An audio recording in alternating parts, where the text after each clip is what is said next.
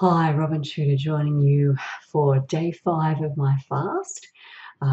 This is the final furlong, and a couple of things I wanted to share. Uh, First of all, I suppose just a few updates on the particulars. So, had a sleepless night last night. I was actually awake around, it was about midnight, maybe 12:30, with the worst insomnia that I've actually had during this fast. It was more than just being awake. It was like my whole body was really antsy, and I was tossing and turning in bed, and it was like a bad case of restless leg syndrome, except it was restless whole body syndrome. So I had to get up a few times and just walk around the house slowly and unwind a little bit. And then I managed to get back to sleep and slept through until 6ish. So that was all right. I still feel very energized this morning or today. Sorry, it's afternoon now. This morning I gave a sort of informal presentation on nutrition, and it's probably not the best thing to do while you're fasting. Get in the car, drive an hour, talk to people for it was about 2 hours I was there, a little bit longer actually, and have to sort of reach into the recesses of your brain to come up with something intelligent, and then drive home again. But unfortunately, this event had been booked more than a month ago, and so that predated me booking my surgery. I was kind of committed, but anyway, I actually pulled through that pretty well, and just had a little bit of a rest. Just lay down for 10 minutes when I got home. The energy levels really, really good, and I'm I would love to keep going with this fast. That's the honest truth. I am breaking it. I've actually made my vegetable broth. It's there's a I cut up a carrot and a couple of zucchinis and about half a dozen mushrooms and some Swiss chard, and just cook them all in water. I've strained off the vegetables, and this is just the liquid. Okay, you probably can't see this, but I'm just letting this cool off before I drink it. So I'm breaking the fast in the next couple of minutes, but I'm so tempted to go on because I just feel really, really good. And it's amazing how comfortable this process has been, apart from the insomnia. My wound is looking good. I took off the bandage today as instructed, and there's no swelling or redness around the edges. It's still got what's it called, micropore paper tape over the top of it, keeping the edges together. So, but that's only a really thin strip of tape, and I can see all around the borders of the wound. There's no redness or swelling, which is really, really cool, and it hasn't hurt at all. Now that I've got the bandage off, I can walk pretty normally, although I'm still not allowed to walk anything other than around the house. Certainly not walking for exercise for another couple of days, just to let the wound knit up. What else?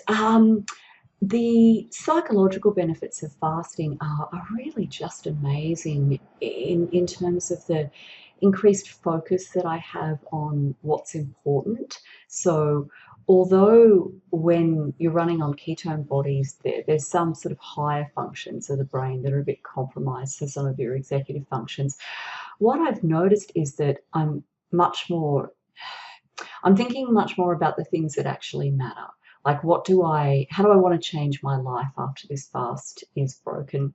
And how can I set up my life so that I'm much more in service to my values, rather than just doing things out of routine. And so that brings me to food specifically. My relationship with food, it feels very different. So when I break the fast, I'll wait and see what happens. But I today, when I was chopping up the veggies for my broth, that's the first time that I've actually handled food since Wednesday night. So on day 1 of my fast, I did actually help my husband get dinner ready because time was pressing, and I wanted to help out. So that wasn't strongly tempting. Today, when I was cutting up the veggies, I just felt much more engaged with the whole act of preparing food. I mean, when you stop preparing food, and then you go without it for a couple of days, then you get back to preparing food, it's like there's a whole other level of mindfulness that comes into it. And I anticipate that what's going to happen is that my relationship with food overall is going to become more mindful. This is a process that got started when I began intermittent fasting, or the version of intermittent fasting known as time restricted eating, back in somewhere around February, March of this year. But I can see that process intensifying even more, where I'm really kind of checking in with myself and saying, are you hungry? Do you need that food? Is there a reason why you're going for that food that is kind of biological, or is it more psychologically driven? The enormous benefit of not spending hours each day preparing food, eating food, and cleaning up afterwards. It's unbelievable. I've had a really productive couple of days. I've got a lot of stuff done, and so again, I'm thinking about ways that I can simplify my food prep and still make nutritious food. I'm not going to compromise on that, but ways that I can kind of streamline the process so that I can, do some more batch cooking and advanced prep of veggies, so that I am not so caught up in food prep every day. I miss exercise a lot. I suspect that's one of the main reasons why I'm not sleeping so well, because when you just kind of, lounge around the house and don't expend much energy, you just don't feel tired at the end of the day. You might have a drop in energy, but it's like you haven't really put your body through its paces. So I'm looking forward to being able to get back to at least some walking, which I'll be able to do from probably Thursday, Friday of next week. And so in terms of vital stats, a bit more weight loss. I was 53 kilos when I weighed myself this morning. Yeah, that's pretty low for me. Haven't taken my blood pressure today, but I'm expecting that it's sitting around that same level.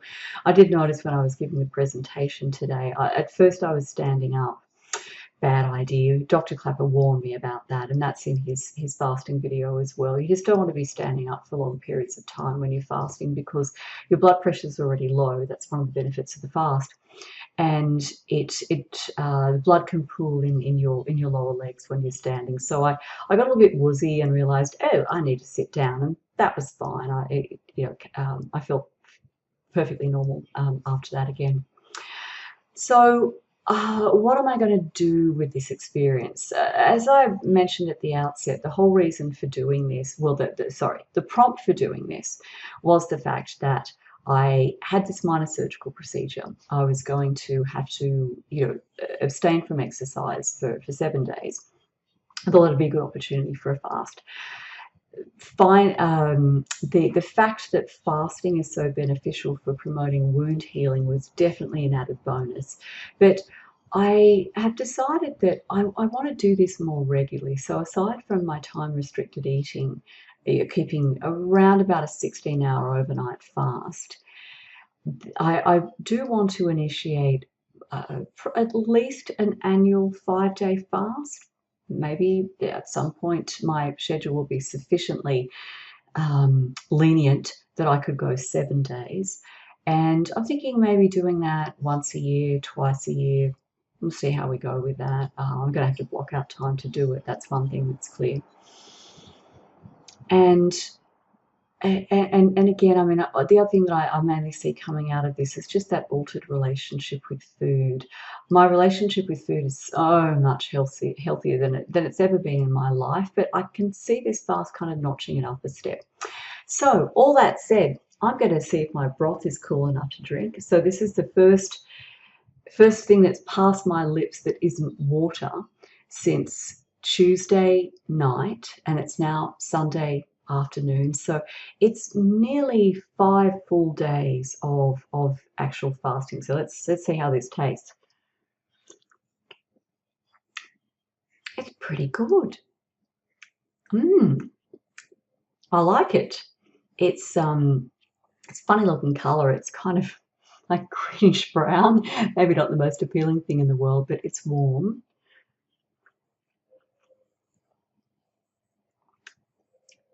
I can really taste. I can taste the Swiss chard in particular. Yeah, I can taste the mushrooms. Oh, that's interesting. So that kind of really dry feeling that I've had in my mouth for the last couple of days that wasn't relieved by water. that feels like it's already clearing up. Pretty interesting. So,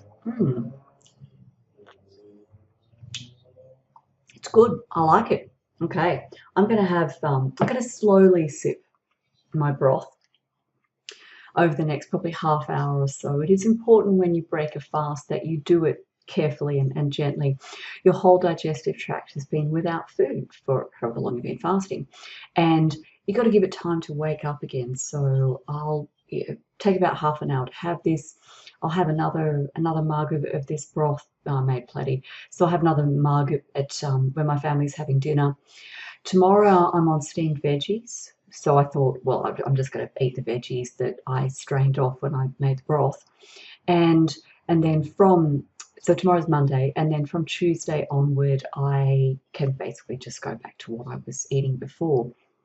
But as I say, I think that I am going to be making some changes. Oh, one other thing is I've realized, and this has been a growing awareness for me, as I've learned more about Sachin Panda's research on circadian rhythm and eating, that in terms of my time restricted eating, I actually want to bring the window of time forward, because humans being diurnal creatures, that is, we're supposed to be awake and alert and moving and eating in the daytime, and not doing terribly much at night, including eating. So I want to bring my 16-hour, so I want to bring my 8-hour eating window forward as much as I can.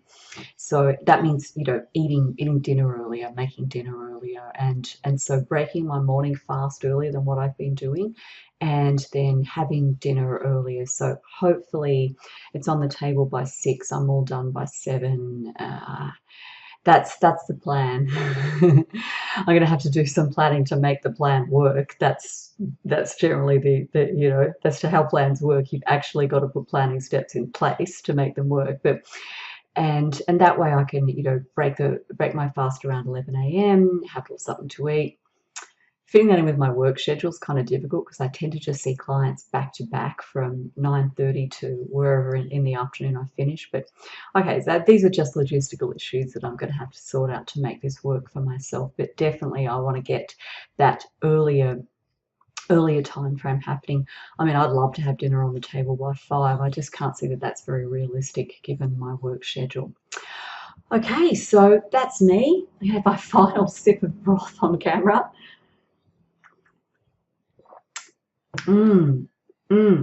That's getting better and better. I'm really enjoying that. I'm going to have to slow myself down so I could don't send my digestive tract into shock. Okay, I won't be doing daily updates anymore from this point, but I will be sort of giving you a little bit of an update on my post-fast progress, and I'll definitely check in after I see the surgeon for my follow-up visit, so that I can see how my wound healing's progressing from his perspective. All right, that's my fasting journey. If you've got any questions, post them below.